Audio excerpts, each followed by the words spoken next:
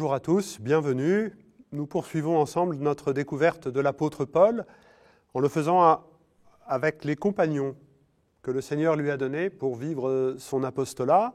On a découvert l'amitié, l'initiation qu'il a connue avec Barnabé, on a parlé d'Ananie qui l'a baptisé.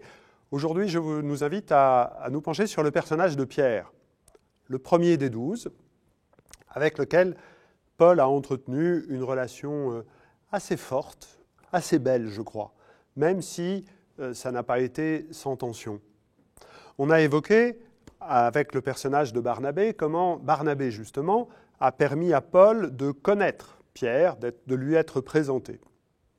Il y a eu d'autres rencontres entre les deux hommes, notamment pour une session, une rencontre, une session, parce qu'il y a eu plusieurs petites rencontres en privé ou avec une assemblée plus grande. On appelle ça parfois le concile de Jérusalem, le moment où l'Église a pris la décision qu'il n'était pas nécessaire d'être juif pour devenir chrétien, et que les païens pouvaient recevoir le baptême sans qu'on leur demande de se mettre à pratiquer la loi de Moïse. Ça a été une décision difficile, il y a eu des conflits, il y a eu des tensions, mais quand les apôtres se sont retrouvés, ils ont été assez unanimes à dire que c'est dans ce sens-là que l'Esprit Saint conduisait l'Église.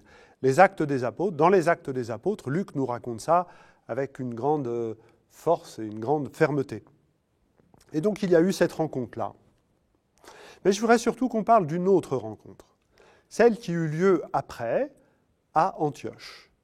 Fort de cette décision, l'apôtre Paul quitte Jérusalem, retourne à Antioche qui est sa communauté de base, le point de départ de son activité missionnaire, et fort de l'expérience des missions précédentes, Paul se dit qu'il est maintenant temps d'aller proposer l'Évangile à des païens.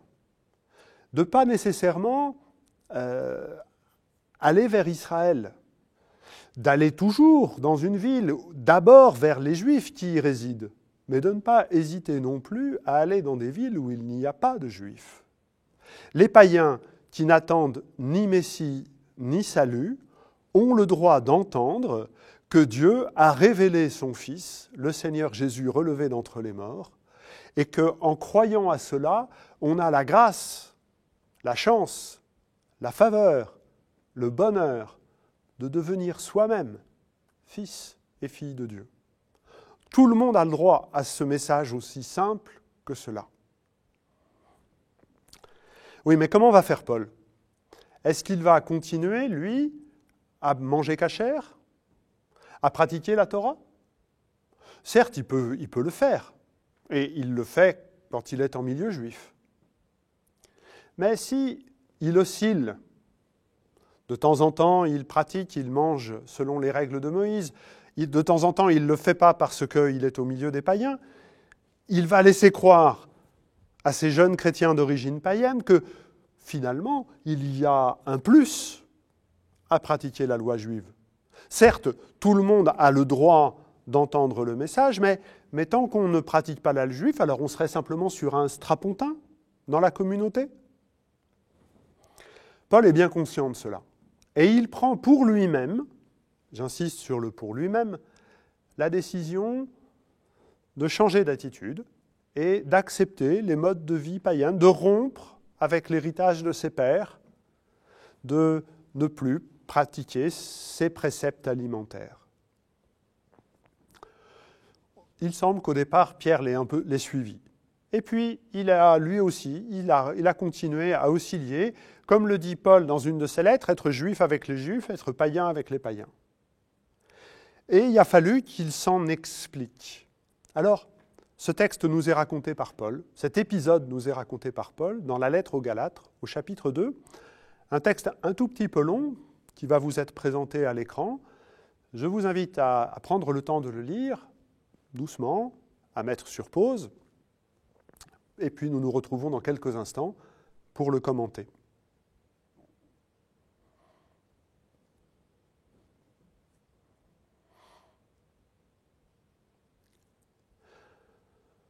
Voilà, Pierre et Paul sont donc face à face devant toute la communauté. Et il me paraît important d'insister sur l'humilité de la démarche. Ils acceptent de débattre entre eux et de débattre sous le regard des autres. Il ne s'agit pas simplement de l'emporter sur l'autre, de faire valoir son point de vue, il s'agit de s'établir dans la vérité, non pas eux seulement, mais avec eux, toute la communauté. Ça, c'est pour l'attitude. Une attitude, je crois, exemplaire d'humilité et de vérité conjointe. Pour le fond, il semble que ce texte de la lettre aux Galates, un petit peu long, à partir du verset 15, puisse être des notes que Paul avait conservées de ce dialogue, de ce discours qu'il a pu faire devant Pierre et la communauté d'Antioche. Il y dit des choses essentielles. Nous sommes rendus justes par la fidélité de Dieu, la foi de Christ, la foi de Jésus-Christ. Cette fidélité de Dieu qu'est la personne de Jésus-Christ. C'est ça qui nous rend justes. Qu'est-ce que ça veut dire, être justifié ? Il y a eu beaucoup de querelles sur ce mot par la suite. Essayons de garder le sens que Paul lui donne à ce moment-là. Il s'agit d'être devenu juste sous le regard de Dieu. Et qu'est-ce qui est juste au regard de Dieu ? C'est que quand il parle, nous le croyons. Quand il dit qu'il nous aime comme un père aime ses enfants, ce qui est juste, c'est de le croire. Et par cet acte de foi, nous sommes donc ajustés au sens du tourneur-fraiseur qui ajuste les pièces pour qu'elles puissent s'emboîter les unes dans les autres et que tout puisse fonctionner comme il convient. Par la foi en Jésus-Christ, nous sommes justifiés au sens où, sur l'ordinateur devant lequel vous êtes, quand vous êtes sur votre traitement de texte, vous avez une petite icône, justifié, et là, tout d'un coup, hop, les lettres et les mots sont au bon écart, les unes par rapport aux autres, pour une lecture aisée. Être justifié, c'est cela, être mis à la bonne distance du Père, comme un fils et une fille à l'égard du Père, être mis à la bonne distance du prochain, comme frère, comme sœur. Justifier, ça peut vouloir dire aussi autre chose, peut-être de plus profond. Qu'est-ce qui justifie notre existence sur cette terre ? Les courants antispécisme disent que rien ne justifie que l'être humain soit considéré comme autre. Qu'est-ce qui justifie que l'être humain soit considéré comme une créature distincte à l'image de Dieu ? Qu'est-ce qui nous ajuste ? Qu'est-ce qui justifie notre existence, à la fois collective et individuelle ? Rien de ce que nous sommes, rien de ce que nous sommes capables de faire, rien d'autre que la fidélité de Dieu à son projet créateur qui veut une multitude de fils et de filles sous son regard. C'est la foi en Jésus-Christ qui justifie que nous puissions vivre libres et heureux sur cette terre. Fort de cette conviction qui est sûrement l'expression, la conclusion de l'assemblée qui a eu lieu à Jérusalem, Paul peut dire pour lui-même ces très beaux versets 19, 20, à partir du moment où je suis ajusté à Dieu et à mes frères, c'est plus moi qui vis, Christ vit en moi. Nous avons tous fait cette expérience-là le jour de notre baptême. Le jour de notre baptême, le Seigneur ressuscité s'est présenté devant nous. Et nous avons pu entendre mystiquement le ressuscité dire « Regarde, dans mon corps, tu vois à quel point j'ai vécu ta vie, ta peine, tes joies, tes espérances. Je l'ai vu jusqu'à l'épuisement de la mort sur la croix. Et maintenant, relevé par le Père, je me présente devant toi. Est-ce que toi, maintenant, tu veux vivre ma vie comme moi j'ai vécu la tienne ? Est-ce que tu veux que je vive en toi comme tu vis en moi ? Est-ce que tu veux faire t'approprier, personnaliser mon amour et mon espérance pour le monde ?